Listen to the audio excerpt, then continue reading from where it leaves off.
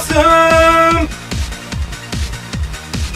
Everything is awesome when you're drinking. Everything is awesome when you're having a drink. It is awesome. It makes shitty things good, and it makes things that are good even better. So drink a beer now and forever. Everything is awesome when you're drinking a beer. Yeah. I'm sorry guys, but this movie, it makes me want to sing. And in a good way. I mean, this movie is really fucking cute. Wait, before I get into it, guys, let me do the thing that I always do. Hey, what's up, ghouls and gals? It's me, Ron! 3 days later. INT here, and I'm going to review the Lego Movie, Part 2.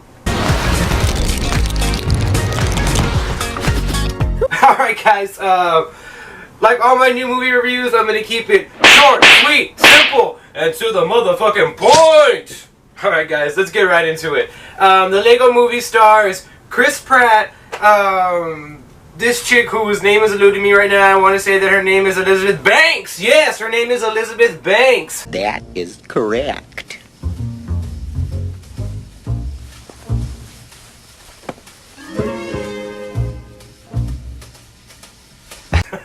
And it also stars Channing Tatum, who does the voice of Superman, and it also stars Jonah Hill, who does the voice of the Green Lantern. We could be going all day. I could be going all day and listing the cast of this film because it has an amazing and impressive voice cast. Bitch!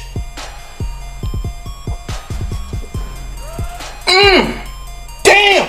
That shit good! But yeah, this film, it is really, it's an impressive film. I really was surprised by this film. Not that I didn't think that I wasn't gonna like it, but I was surprised as to how good of a sequel it is and how it kind of broke the stigma that the sequel isn't as good as the original. Which in this case, the sequel is as good as the original, and it is a worthy successor to it. And I have to say, you know, I'm probably going to say this a lot. This movie sequels the right way. It does everything that a sequel should do. It does something different than the original film while holding the still... Sorry guys, I'm burping. I took like a really big chug of that beer and it's making me like burp like crazy. Anyways, you know what? I should take another drink. Maybe that'll make it go away. Yeah, I think it did. Alright, going back to my point, this film sequels the right way. It keeps all of the stuff that you like from the original while adding a bunch of new stuff that you're also going to like. And I feel like that's what every sequel really should do. I mean, it should just really elaborate on what you liked in the first film. Not that it should be a carbon copy of the first film, which this film isn't. It's a little bit different, but it still, like I said, holds what you like from the first film.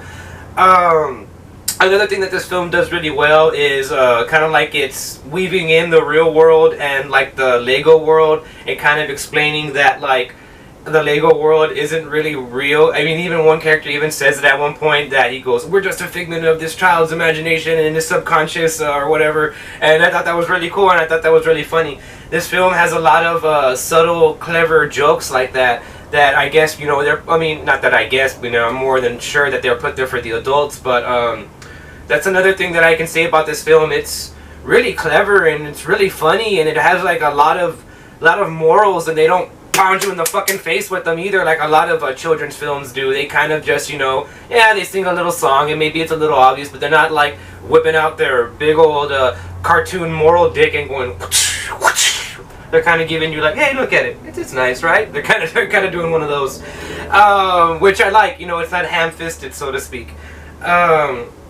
One thing that this film doesn't do very well is it doesn't really give you a second to kind of like breathe and kind of digest like this whole world, because they're traveling to different worlds. They introduce time travel and everything kind of goes by really quick. This movie moves at like a breakneck pace, which some people may enjoy, some people may not. I'm not saying that I didn't enjoy it. I'm just saying that, you know, maybe they could have slowed down and smelled the proverbial roses, so to speak.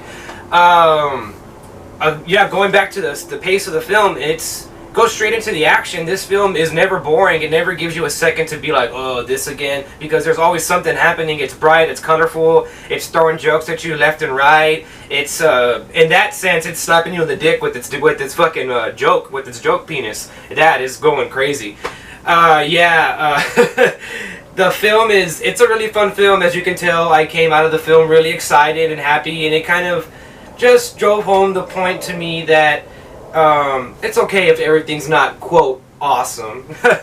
As the film puts it towards the end, you know, they sing a number at the end of the film where they're kind of explaining it, to younger audiences that, you know, it's okay for everything to not be awesome all the time, because that's an unrealistic expectation. And I thought that was really cool of them to do. So, in summary, guys, the Lego Movie Part 2, the second one, it's a really fun film. It's not a film that's gonna rock the world and change people's opinions or win any Oscars or anything like that. Not that that matters, or if you care about that, whatever. It's a cool, fun family film that everybody can enjoy. You know, from fucking Junior all the way to the fucking dad. Everybody can enjoy this film. I give it a 7 out of 10. It's a really enjoyable family film. It's funny, it's creative, and it's a worthy sequel to the original Lego Movie. I'm Ryan T, guys, and I'll see you in the next one.